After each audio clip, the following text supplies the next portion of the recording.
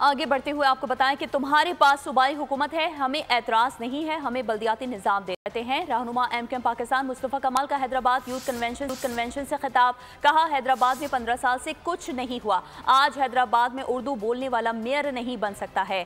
सिंध हुकूमत ने quota system लगा रखा है, हमें तालीम और रोजगार नहीं मिलता।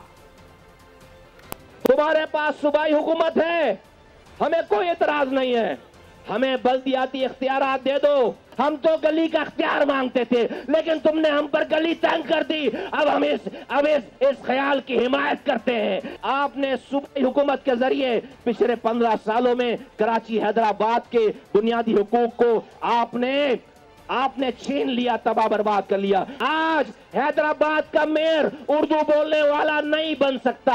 हमारी सिंध की हुकूमत में हम पर जॉब लेने पे और तालीम हासिल करने पे कोटा लगा रखा है कि हमारा कोटा है और उस कोटे पे हमें नौकरी और तालीम नहीं मिलती। सब्सक्राइब करें और बेल दबाएं ताकि कोई खबर रह न जाए।